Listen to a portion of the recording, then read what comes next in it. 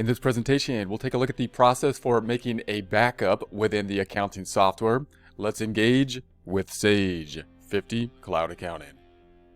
Here we are with our test file within Sage 50, the Bellwether Garden and Supply. We're currently in the customer and sales section. We're not going to be thinking about making the backup file. So the backup file is a couple ways you can get into the backup file. The way I would typically go to it is to go to the file dropdown and then go to the backup option over here. So we have the backup and restore. However, you can also get in there if you go to the systems on the left-hand side, and within these systems, you have the backup information.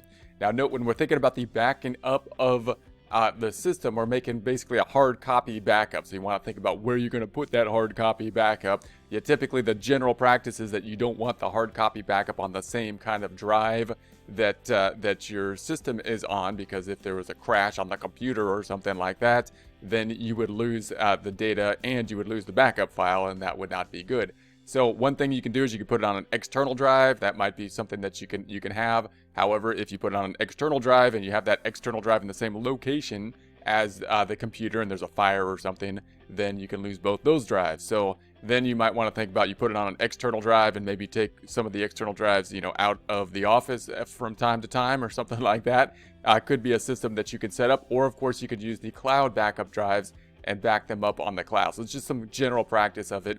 If your goal, of course, is to make the backup files so that you could save your data in case of a disaster. There are other reasons you might make a backup file. You might make a backup file in order to provide it to somebody else, or maybe you want to test something out and you want to make a backup file so that you could test out a new connection or a new type of transaction or something.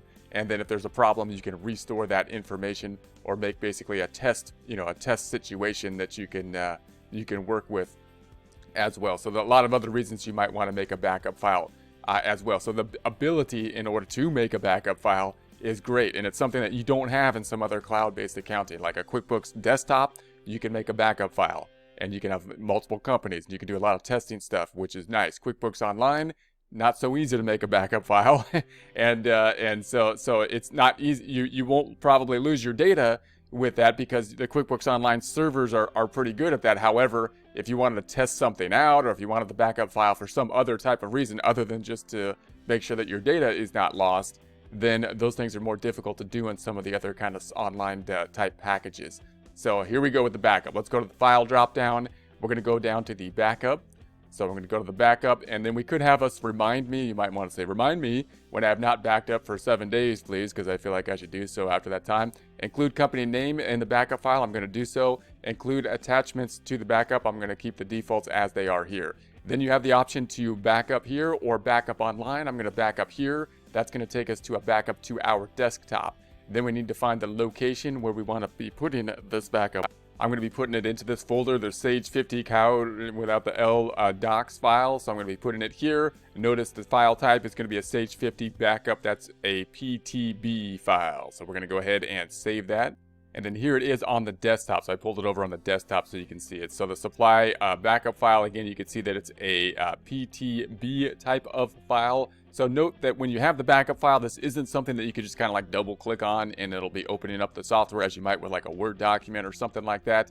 You will need to open up the company file and then restore it, or you'll be needing to open up possibly not the company file, but you need to open up the Sage 50 accounting file and then restore the backup file in order to open up the backup file. So that process would look something like this. You're going to go to the file drop down, and then you can go to the restore. So you're going to go to the restore, then find that backup file.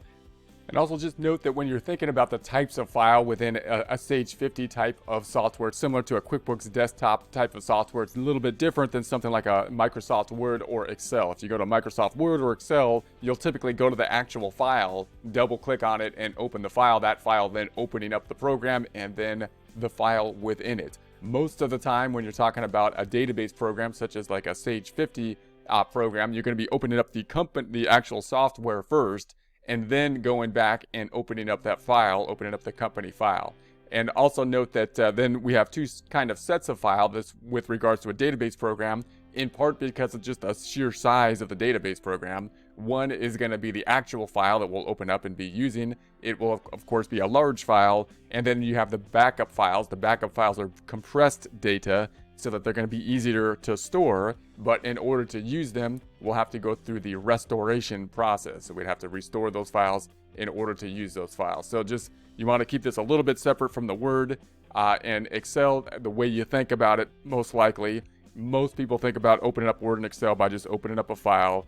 In here, we're going to open up typically the program first. It'll typically find the file for us that we've been working in the past or recent files. That's how most people will get into it. And then we have the backup files, which are going to be compressed, and we're only going to be able to use them if we were to restore them. That's going to be it for now. Let's get out of here.